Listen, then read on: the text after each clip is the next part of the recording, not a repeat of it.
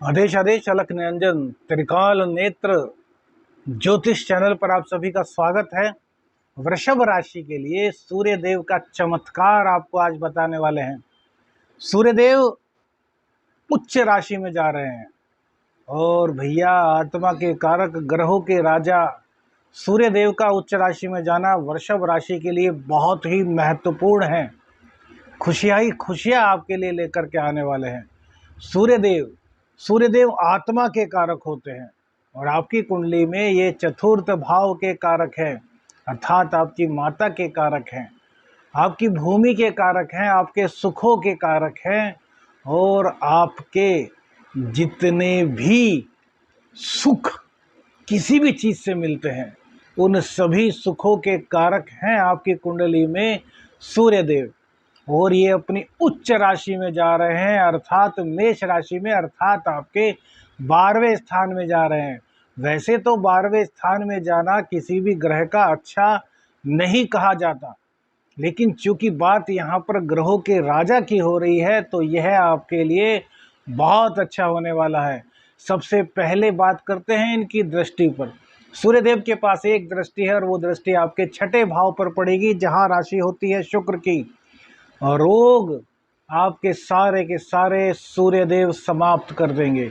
किसी भी परेशानी से, रोगों की परेशानी से आप परेशान थे तो वो दूर हो जाएगी। ऋण आप पर था, नहीं उतर रहा था, ऋण की परेशानी को भी यहाँ पर 12वें स्थान में बैठ करके सूर्यदेव समाप्त करने वाले हैं।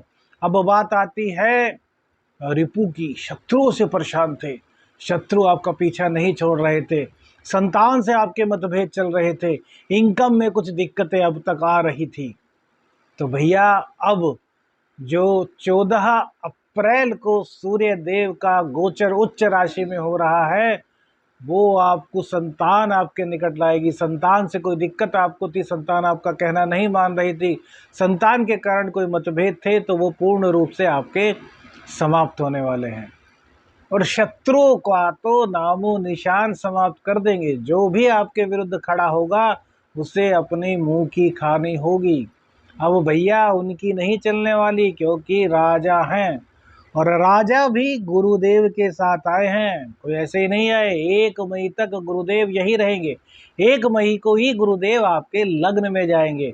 तब तक सूर्य और गुरु का जो आपस में युति संबंध होगा ये हर प्रकार से आपके लिए लाभकारी होगा। क्यों लाभकारी होगा? सूर्य देव के साथ में गुरुदेव बैठे हैं। गुरुदेव आपके अष्टम के और इनकम के स्वामी हैं। इनकम के और अष्टम के स्वामी किससे मिल रहे हैं? मिल रहे हैं सुखों के स्वामी से। तो गूढ़ ज्ञान आपका बढ़ेगा। आप एस्ट्रोलॉजी सीखना चाहते हैं, आपको कोई ऐसी विद्या सीखनी है जिससे कि आप दूसरों का भला कर सके।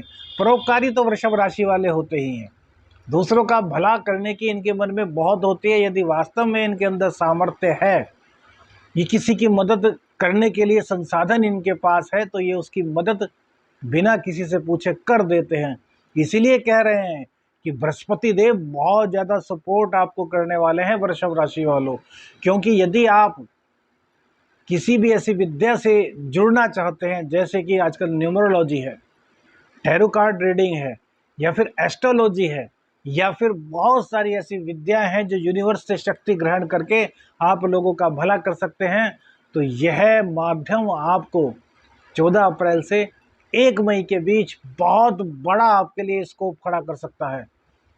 विदेश की यात्राएं आपकी हो सकती हैं, विदेश में कोई काम आपका सेटल हो सकता है, विदेश में कोई काम आपका कोई जुड़ा हुआ था, उसमें कोई परेशानी आ रही थी, वो आपका काम हो जाएगा।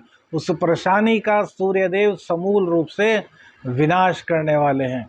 अब चूंकि ये एकादशपति भी हैं गुरुदेव और सुखों के साथ बैठ रहे हैं, तो विदेश से सुख। अब आप में से बहुत से लोग होंगे जो विदेश का कार्य नहीं करते होंगे, तो विदेश से हमारा मतलब है या तो विदेश से यानी कि फॉरेन कंट्रीज से, या फिर जहां आप काम करते हैं वहां से एक वाइड नेटवर्क काफ़ी दूर जा करके। जैसे दिल्ली में काम करते हैं तो मुंबई में आपका एक नेटवर्क बन जाए फॉर एग्जाम्पल।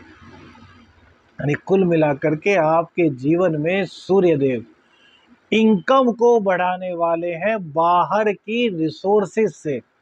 अब देखिए, एक चीज आपको इसमें सुनकर के बड़ा आनंद आने वाला है कि 12वां स्थान व्यय का स्थान है। ठीक है। और यहाँ पर राशि बनती है मंगल देव की। व्यय के मालिक फिलहाल जो है वो चल रहे हैं 10वें भाव में। समझने की कोशिश कीजिए। ज्योतिष के जो मर्मज्ञ हैं, जो ज्योतिष में रुचि लेते हैं, वो इस बात को बहुत अच्छी तरीके से समझ जाएंगे, आम लोग भी समझेंगे। क्यों? क्योंकि मंगल की राशि में सूर्य और बुध, सूर्य और गुरु एक साथ बैठेंगे, तो मंगल देव का प्रभाव भी तो लेना बहुत जरूरी है भैया। मंगल देव 10वें स्थान में है, तो कैरियर बल्ले बल्ले, सुख बल्ले बल्ले, इनकम बल्ले बल्ले, यात्रा बल्ले बल्ले, रोग रिपु ऋण का शमन बल्ले बल्ले, और गुप्त ज्ञान अर्थात वो आदित्य ज्ञान जो सनातन धर्म ने हमें बाय डिफॉल्ट दिया है।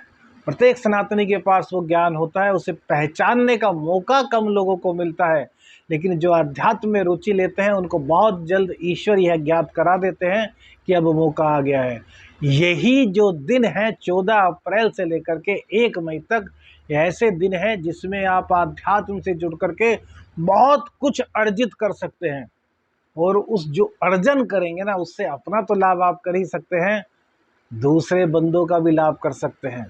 कोई सिद्धि आप प्राप्त कर सकते हैं, कोई शक्ति आप प्राप्त कर सकते हैं, अचानक से धन की प्राप्ति भी आपको हो सकती है।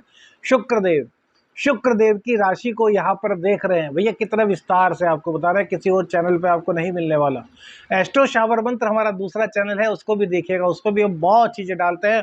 और भयंकर साधना के नाम से जो शावर मंत्र करना चाहते हैं, जो सिद्धियाँ साधना करना चाहते हैं, वो शावर मंत्र के एक चैनल हमने बनाया है, भयंकर साधना, उसको देखिएगा, ठीक है।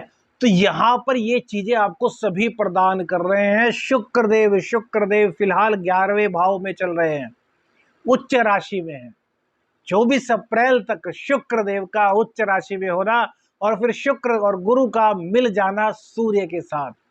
तो कहीं ना कहीं यदि आप सिंगल हैं तो बहुत दूर से आपके पास रिश्ता आ सकता है, आपकी शादी के संजोग भी बन सकते हैं बिना योग के। 1 मई के बाद तो भैया शादी के योग आपके बनने ही वाले हैं, क्योंकि गुरुदेव आ जाएंगे। लेकिन यहाँ सूर्य की बात हो रही है, तो सूर्य देव आपको दबा करके देने वाले हैं।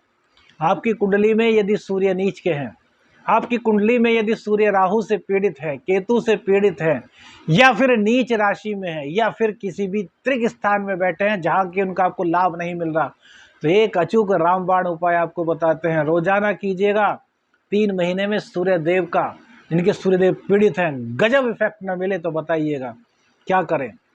एक पात्र लीजिए स्टील का, तांबे का नहीं होना चाहिए, पीतल का हो सकता है, उसमें थोड़ा सा गंगा जल डालिए। गंगा जल के बाद उसमें थोड़ा सा घी डालिए। घी डालने के बाद उसको पानी से भर दीजिए, उसमें थोड़ी सी रोली डालिए, इसको कुमकुम बोलते हैं, फिर चावल डालिए। और अब इस पात्र को लेकर के ऐसे स्थान पर जाएं जहां सूर्य देव आपको दिखाई दे रहे हो, अर्घ देना है। लेकिन अर्घ का तरीका बताते हैं, 27 बार इस पात्र को हाथ में लेकर के गायत्री का पाठ कीजिए, और उसके बाद उस जल को सूर्य देव को अर्पित कर दीजिए।